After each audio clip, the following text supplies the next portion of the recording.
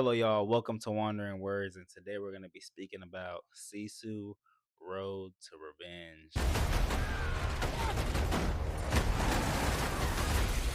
Now, this is the sequel to Jalmari Helanders. I'm not sure how to say it. I'm not sure how to say most of these names, so bear with me. Now, I didn't even know this was coming out. So about 2 days ago, I saw the trailer and I was like, yeah, gotta check it out because the first one was great. I saw it around the time John Wick came out, the last one, and so I was like, man, this is crazy. We got an action movie with guns, another action movie with guns, two great action movies with guns. This was another great movie by Jalmari Helander. Now we're taking on this journey with Atami Corby, played by Jorma Tamila, and I'm not sure. Like I said before, these names I'm probably butchering. I love the way that the opening scene is brought into the picture because it is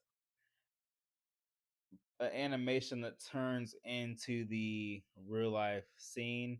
And so it was such a great, beautiful blend into the real life scene.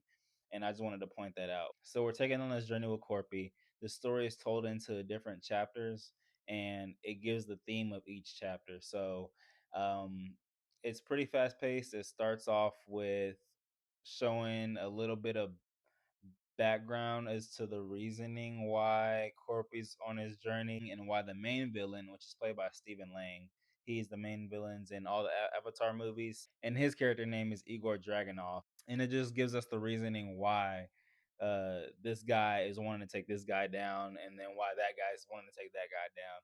So yeah, it just gives us all the information off the bat. The first 2 to 3 chapters, I believe, and then after that the chapters are just categorized into like what action set pieces going on in that moment. And man, there's so many cool scenes, especially with the some of the vehicles that are at that time brand new. So Corpy's trying to figure out how to fight against these guys that have more advanced tech than him, and he just has this truck, right? He's just riding around in his old truck and he's taking these guys out left and right and just adapting to his environment. And that's one thing that I really liked about this movie is that anything that he saw that wasn't working, he was like, okay, what's the next thing?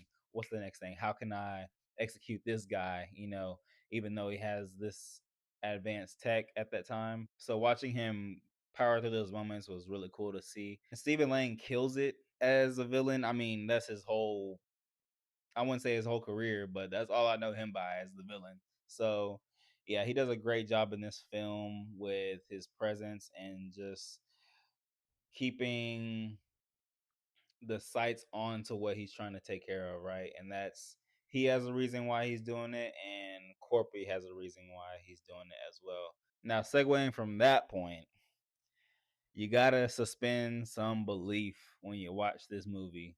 Now, John Wick, it's same thing. You gotta suspend belief, but I believe that the action pieces are done a lot better in those movies.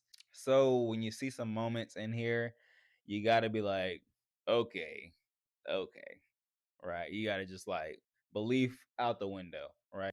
It's just about the fun of the chase between this guy and this guy and what happens in between there. And so it was just a great time, fun time watching that go down. The showdown, the end, the final act was man, some of these kills are crazy and the way they happen are wild as well. So I think anybody that loves just having fun in a movie as far as like things blowing up and kind of just letting your mind relax, this is a movie for that. Now there are some really sentimental themes more towards the beginning and the end, but everything in between is pretty much just action candy, right? So at the end, it's a really beautiful tie-in because this guy has gone through so much, and for him to finally let his shoulders down and just relax is it was a really nice tie-in towards the end. And I want to say this seems like something that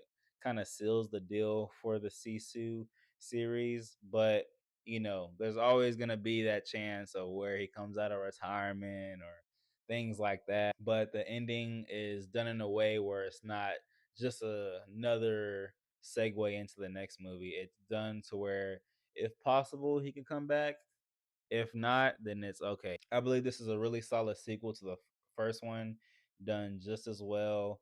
I do prefer the first one over this one as far as ranking it, but this one's just as great. So I'm gonna give this one a 9 out of 10. I love action movies, especially when they're well done, choreographed very well, and just made to have fun, right? And then also the story just has to make a little bit of sense, right? And just line up very well. And I think that it's a very simple and straightforward plot. You get the information, you go, and then you tie it in at the end. And that's what Sisu Road to Revenge is. And so, yeah, with that being said, thank you for watching this video. Leave a like, comment, and subscribe. And thank you for watching Wandering Words.